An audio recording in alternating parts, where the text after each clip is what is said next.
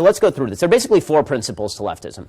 Essentially four principles to leftism. The first and most important principle of leftism is that equal outcome is the only value. Not equal opportunity, equal outcome. The only thing that matters is that everybody ends up in the same place.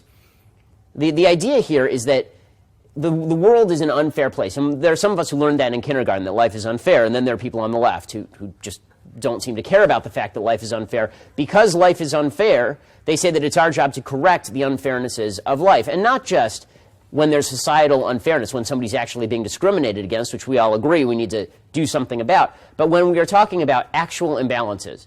I mean, when the Declaration of Independence says that all men are created equal, it doesn't actually mean that all men are created equal in their abilities. It means all men are created equal in their rights. You know, obviously, there's some of us who are smarter, and there's some of us who are dumber. You know, there's some of us who, like me, who are never going to play in the NBA. I'm 5'9", I'm Jewish, and I can't jump. You know, and no matter what I do, that will be the case. And that inequality is not inequity. The left identifies inequality as inequity. They are the same thing to folks on the left. For people on the left, if something is unequal, that means some great injustice was done. And when you look at that with any sort of rigor, you realize how silly that is. I mean, the same argument. So, for example, they will say that in Ferguson, Missouri, a disproportionate number of black people were pulled over for speeding in Ferguson, Missouri. Clearly, this was evidence of racism on the part of the Ferguson Police Department. Well, if you say, well, 90% of the players in the NBA are black, is that evidence of racism in the general manager's office of the NBA? Clearly not. But the idea, just because there are two unequal numbers, does not mean that somebody is being victimized or that there is a victimizer. It's possible that black folks in Ferguson tend to speed, which, by the way, is the case in New Jersey, where there was another one of these issues several years ago, and they did statistical sampling. What they found is that blacks were actually being under-arrested for speeding, that black folks were actually speeding at a higher rate of speed. But again, anytime there's an imbalance, there's a need by the left to fix cosmic injustice. So if one person has $4 in a room and one person has $1 in a room, the view of the left is that somebody who has $4 must have done something to screw the guy with $1. Because equal outcome is the goal, not equal opportunity. And this is actually really counterproductive for folks. Because this is why you hear so much now about income inequality. Income inequality is the stupidest term you could possibly come up with. Income inequality is a complete waste of time as a political issue, and you shouldn't fall into the trap of even discussing it, because the truth is that any good person is not really worried about income inequality. Any decent person is worried about poverty. If you're worried about the rich guy and not the poor guy, then why? What did the rich guy do? Just because he's rich, does that mean that he chained somebody to a desk somewhere or put them to work in a slave mine? It just means that he engaged in more voluntary transactions of worth than the poor guy. So I'm worried about the guy who's impoverished. I'm not worried about the inequality. But folks on the left, because equal outcome is their goal, not prosperity, equal outcome, they would rather have everybody equal in squalor than unequal in wealth. And the proof is in the pudding. In just a month ago, there was an article in the New York Times with this headline, quote, "As Cuba shifts towards capitalism, inequality grows more visible." Well, right, because Cuba was a complete shithole, and now it's not. Right? It's moving toward being a not shithole. And it turns out that one of the ways that happens is by some people prospering. The problem in Cuba is not that is not a problem of inequality. The problem in Cuba is that everybody was poor. The problem is everybody was using their cars to float to Florida. I mean, if the country were that great when it came to equality, people wouldn't be using 1956 Chevys loaded with inflated tires to try and make it to Key West. I mean, it doesn't make any sense. The second principle that animates the left is group justice rather than individual justice. There's another name for group justice, that's social justice. Social justice, you should understand, is actually evil. Social justice, when people say it, it's an actual evil. Because anytime you put a modifier in front of a term that is inherently good, you turn it into a perversion of itself. So correctness, right? If you are correct, there's truth and there's something false, you are correct. Once you add political in front of that, you're not talking about truth and falsity anymore. You're talking about if you say the wrong thing, you get shot. Which is why, by the way, political correctness was a term that was coined by Mao. It was. Political correctness comes straight from the Maoist handbook. And the same thing is true of social justice. Justice is a good. You do something, it's either good or it's bad, and you get what you deserve. That's what justice is. Add social in front of that, and you're inherently saying injustice is better than justice. Because whether you are guilty or whether you are innocent is irrelevant. If you're a member of a group, then you must pay the price for something that you didn't do. Right? Social justice suggests that, I, as a supposedly white man, Jews became white people as soon as we became successful in America. I, as a white man, I am responsible for paying slavery reparations, for example, in the name of social justice, even though all of my ancestors were busy getting killed by Cossacks in Russia at the time that slavery was taking place, and less than 5% of white Americans alive today have ancestors who ever held slaves. Every white person in America, though, has to pay because of group justice. How is that just? It's not. But it's group justice. It's social justice.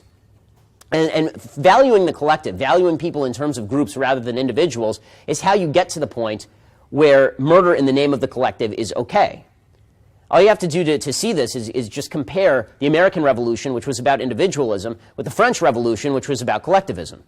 Right? The American Revolution, John Adams wrote in the Declaration of Rights for the Commonwealth of Massachusetts, he specifically wrote about all men being born free and equal with certain inalienable rights. It mirrors the Declaration of Independence in the United States. If you look at the Declaration of the Rights of Man in France during the French Revolution, it's the opposite. The 1789 Declaration of the Rights of Man says, "The principle of all sovereignty resides essentially in the nation.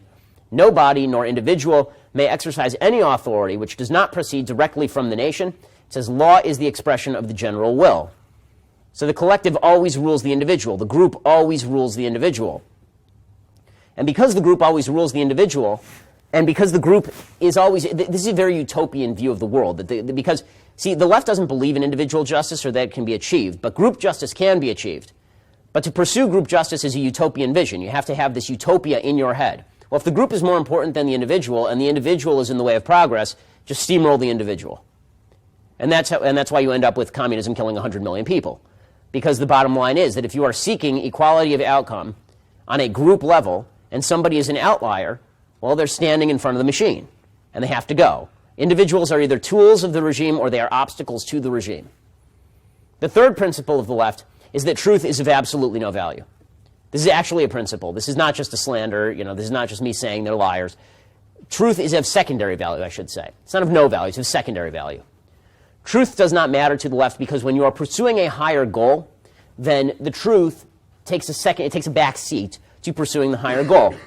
Because fairness is the only criterion of morality. Fairness, equality of outcome is the only morality. It's the only thing that matters. Truth comes in second. And so that's why you see folks on the left literally make up situations in order to pursue a higher goal.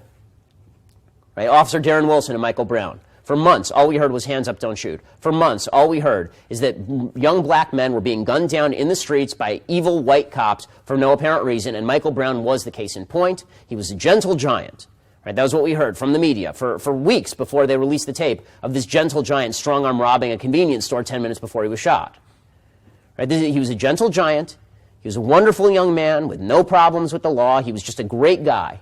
And he was walking down the street, and he was shot from behind, and then he turned around, raised his hands, and he was shot in cold blood on the streets of Ferguson. And we had members of the media on CNN doing hands up, don't shoot.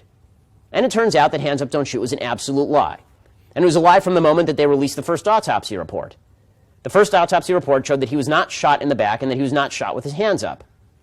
And that was very early on, but it didn't matter. It still had to be pressed forward. And the idea was, well, that may not have been true, but it backed a larger truth. You can't base a larger truth on an actual lie. Larger truths are based on smaller truths. They're not based on falsehoods. But this is what we do on the left, right? On the left, it is important to promote smaller falsehoods in order to achieve larger truths. And so, for example, what you will hear is that women are put upon in American society, which of course requires massive government interventionism. And in pursuit of that, you will hear people cite the statistic that supposedly 1 in 4 women on college campuses have been raped. That's a nonsense statistic. It is not true. It is an absolute falsehood, unverified by any scientific sampling ever done. The rate is significant, by the way, and you can tell this empirically, by the fact that if parents actually continue to send their children to a place where 1 in 4 of them have a chance of being raped, they are the worst parents on the planet. Right? Why would you possibly send your daughter to a place where they have a 1 in 4 chance of being raped? The truth is, there are very few places safer on the planet than a college campus for a young American girl. And yet we have to spit out these lies in order to achieve a larger truth, even if the larger truth is not really true, that women are put upon. The 77 cents on the dollar. Right? Women make 77 cents on the dollar. No, that's not true. Women do not make 77 cents on the dollar for the same work. If you remove all of the confounds, the statistical confounds, meaning that if you get rid of the fact that they do different jobs and the fact that they have different amounts of time in the workforce, and the fact that they have kids, and the fact that they graduate college at a different age, if you remove all of those, what you actually see, and this is according to Time magazine, not according to me, is that women in the top 50 major cities in the United States earn 4% more than men for the same work. But you'll never hear that statistic because it doesn't pursue that larger truth. So truth is always secondary. The fourth principle of leftism is that force is a good in the service of these principles. The use of force is fine. The use of force is actually praiseworthy. That if you want equality of outcome, it's okay if you have to use a gun and bring a gun to the party. You want to know who's the fascist in any given situation, ask who's bringing the gun to the party. Ask who's bringing the gun to the voluntary exchange and forcing somebody to do X or Y. And the left is fine with using guns for this purpose. Because after all, who's going to coerce fairness? It's not going to be society. Capitalism doesn't coerce fairness. It doesn't coerce fairness of outcome. It coerces fairness of opportunity.